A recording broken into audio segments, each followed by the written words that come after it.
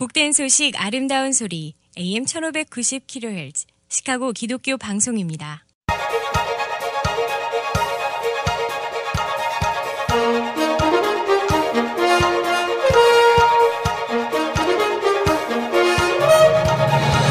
김정일 해설위원의 시사 해설. 세상을 넓게 봅니다. 삶의 지평이 넓어집니다.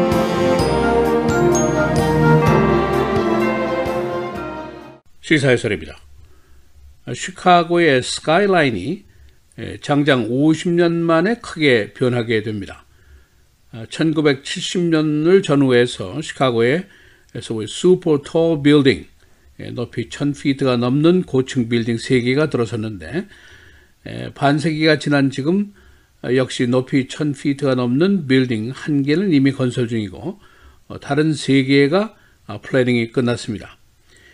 이 4개의 초고층 빌딩이 들어서면은 시카고의 스카이라인이 다시 바뀌게 됩니다. 이 한 도시에 초고층 빌딩이 들어선다는 것, 이것은 단순히 건설과 기술의 문제뿐이 아니라 그 도시의 소위 civic pride, 시민의 자존심의 문제고, 동시에 돈과 도시의 확장세 등과 관계가 있는 일입니다. 그런 의미에서 본다면은 4개나 되는 초고층 빌딩의 시카고 등장은 시카고 자존심 회복의 문제이고 도시 발전의 문제라고 볼 수가 있습니다. 지금은 윌리스 타워라고 불리우는, 과거에는 시어스 타워였는데, 이 빌딩의 건축 연도가 1974년도입니다. 시카고의 한인 사회가 성장은 시작하던 시기였습니다. 시어스 타워라는 이름이 사라진 것처럼 세상의 세태도 크게 변했습니다. 50년 전에는 상상도 못했던 디지털 세대가 오고, 애머존이 들어서고, 셀폰이 보편화되고, 시어스 같은 백화점들이 줄줄이 사라지는 그런 시대에 지금 우리가 살고 있습니다. 그래서 오늘은 시카고의 스카이라인이 어떻게 바뀌게 되는지, 대도시의 초고층 빌딩 건설의 의미는 무엇인지, 또 시카고 다운타운의 변화의 역사는 어떤 것인지 살펴보겠습니다. 시카고의 스카이라인이 다시 바뀌게 된다는 것인데, 높이 1000피트가 넘는 초고층 빌딩 4개가 들어선다는 것이고, 그런데 이 변화가 반세기, 50년 만에 온다는 것이 특징입니다. 시카고의 빌딩 중에서 가장 시민들의 사랑을 받는 곳이 뭐니 해도 미시간 애비뉴에 있는, 과거 이름이 존 행콕 센터, 이것이고, 과거에 또 시어스 타워로 불리우던 윌리스 타워, 이 2개입니다. 존 행콕 센터는 높이가 1128피트, 1969년도에 완성이 되었습니다. 그리고 윌리스 타워는 높이가 1451피트, 1974년도에 완공이 됐습니다. 그리고 스탠다드 빌딩 1136피트, 1973년도에 완공이 됐습니다. 그러니까 약 50년 전 시카고의 스카이라인이 이 3개 빌딩의 등장으로 바뀌게 됐었는데, 지금 높이 1000피트가 넘는 초고층 빌딩이 4개가 또 등장하게 되니 당연히 시카고의 스카이라인은 바뀌게 됩니다.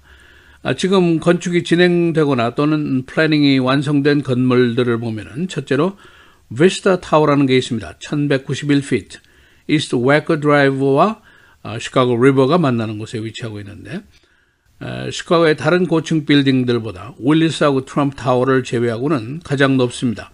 2020년도에 완공이 예정되어 있습니다. 또 다른 건물 트리뷴 타워 바로 옆에 1422피트짜리 빌딩이 공사 플랜을 시에 제출을 했습니다. 호텔룸이 200개, 칸도가 125개, 아파트먼트가 439개가 들어서게 됩니다. 그리고 스키니 뉴 타워라는 것이 있는데, 트리뷴 빌딩의 개조 빌딩입니다. 시카고의 2번째로 높은 빌딩이 되게 되는데, 시카고 트리뷴은 이미 프루덴셜 플라자로 이전을 마쳤습니다. 그리고 네이비 피어 쪽으로 2.2에이커의 1100피트짜리 빌딩이 들어서는데, 호텔, 칸도, 아파트먼트 등이 들어서게 됩니다. 400 Lakeshore Drive라고 명명이 되어 있습니다. 이 초고층 빌딩, 슈퍼 톨 빌딩의 건축은 매우 위험한 비즈니스입니다. 워낙 돈이 엄청나게 들어가고, 이 파이낸싱이라든가 기술 등이 관련된 종합적인 사업이기 때문입니다. 이 건축이 시작됐다가 실패한 실패작 빌딩 사례가 시카고에도 여러 개가 있습니다. 예를 들면 시카고 스파이어 2,000피트짜리를 시도를 했습니다만 재정 문제로 실패작이 됐고 그리고 워터뷰 타워의 건설도 실패를 하고 말았습니다. 그러나 현재 진행 중인 빌딩 계획들은 재정 문제가 대체로 건전해서 실패 가능성이 그렇게 높지 않은 것으로 업계에서는 보고 있습니다. 이 기술적인 문제도 있습니다. 존 행콕 센터, 빅 존이라고도 불리우는 빌딩인데 1966년도에 건설을 시작을 했는데 지하 구조에 콘크리트를 잘못 부어서 이것을 다시 수정하는데 6개월이나 걸렸고 디벨로퍼가 파산을 하고 말았습니다.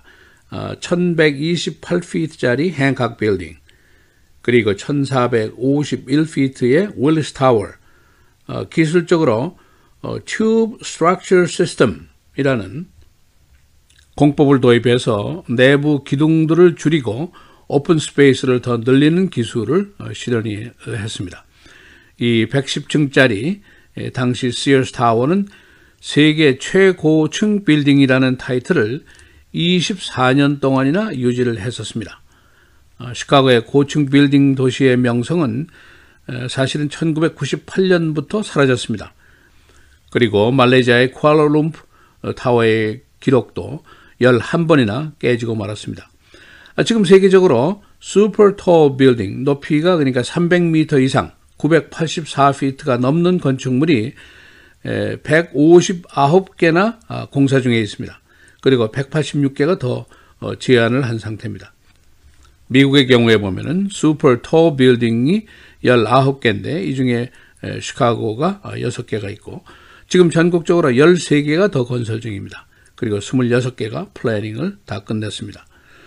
1956년도에 그야말로 전설적인 건축가였던 프랭크 로이드 라이트이 높이 1마일짜리 528층짜리 빌딩을 지을 계획을 세웠습니다. 지금 7 South Dearborn Avenue에 지을 계획이 있는데 그러나 이 계획은 무산이 되고 말았습니다. 300만 스퀘어 피트나 되는 오피스 면적의 리스가 문제입니다. 최소한도 5, 6년 시간이 걸리는데 이 기간 동안 재정적인 압박을 당해낼 자신이 없었기 때문입니다. 그만큼 이 초고층 빌딩의 건설은 위험 부담이 꽤 높은 비즈니스라고 볼 수가 있습니다. 지난 1960년대, 70년대 행콕 빌딩, 시어스 타워가 들어설 때 바로 우리 시카고 한인사회도 한참 성장을 시작한 시기였습니다. 서울에서 손님이 오시면은 행콕 빌딩 95층에 있는 The Signature Restaurant에서 식사를 대접하고 96층에서 칵테일을 대접하는 것이 유행했던 시절도 있었습니다. 그때 한참 활동하던 청년들이 지금은 대부분 70대, 80대 노인이 되어버렸습니다.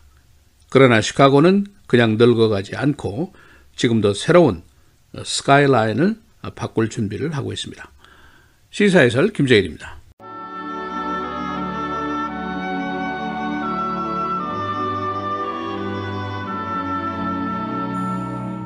모든 은혜의 하나님 곧 그리스도 안에서 너희를 부르사 자기의 영원한 영광에 들어가게 하시니가 잠깐 고난을 당한 너희를 친히 온전하게 하시며 굳건하게 하시며 강하게 하시며 터를 견고하게 하시리라.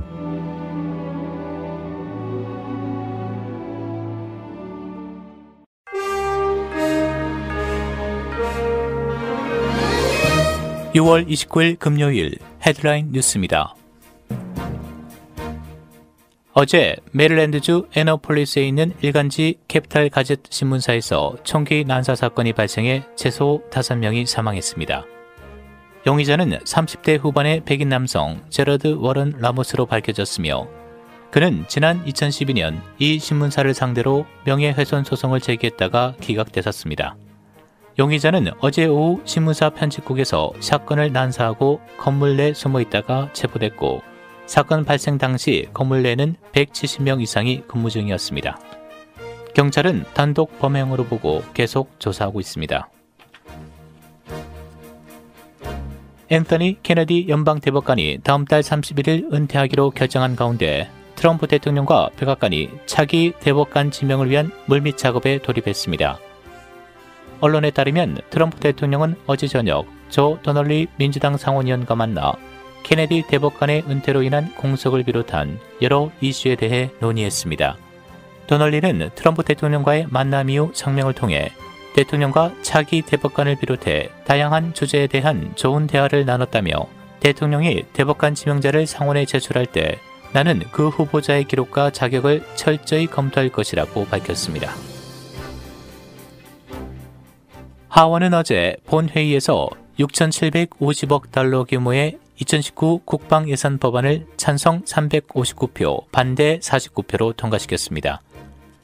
해당 법안은 국방부 예산에 6,065억 달러, 해외 비상작전 비용으로 681억 달러를 배정했습니다.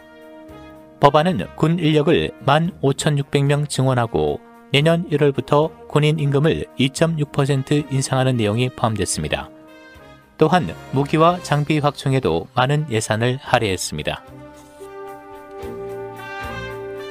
미국 최대 장난감 유통업체 토이저러스는 오늘 국내에 마지막으로 남아있던 점포 모두를 닫고 역사 속으로 사라집니다.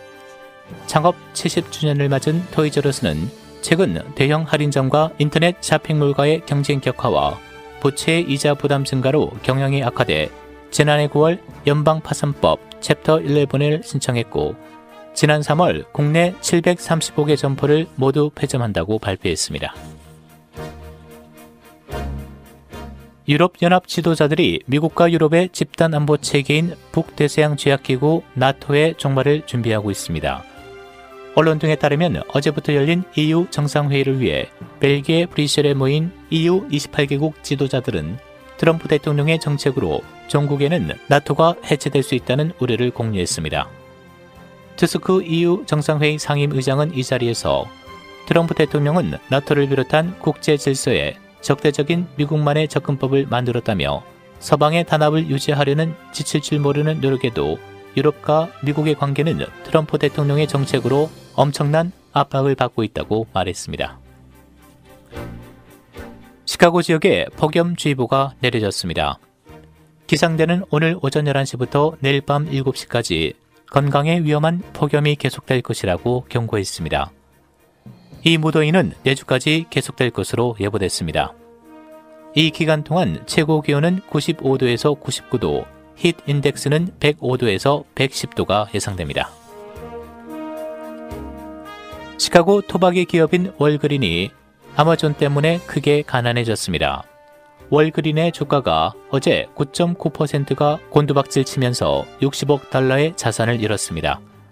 이는 아마존이 온라인 약 판매 업체인 필팩을 인수한다는 발표에 따른 것입니다.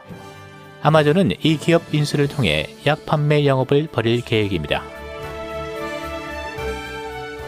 한때 명성을 떨치다가 장기 폐업 중인 시카고의 업타운 티어러에 대대적인 보수 공사가 벌어집니다. 시카고시는 4816 노스 브로드웨이에 위치한 이 장기 폐업 중인 극장에 7,500만 달러를 들여 대대적인 보수 공사를 하고 다시 개점할 계획입니다. 4,306개 규모의 이 극장은 1981년 이후 문을 닫아왔습니다. 날씨입니다. 오늘 다소 구름 많은 대체로 맑은 무더운 날씨 보이겠습니다. 낮 최고 96도, 밤 최저 78도. 주말인 내일도 대체로 맑고 무더운 날씨 이어지겠고 낮 최고 97도, 밤 최저 78도. 주일 대체로 맑고 흐린 날씨 보이겠고 한때 썬더스톰이 예상됩니다. 낮 최고 92도, 밤 최저 72도. 다음 주 월요일 대체로 맑고 흐린 날씨 보이겠습니다. 낮 최고 87도, 밤 최저 70도입니다.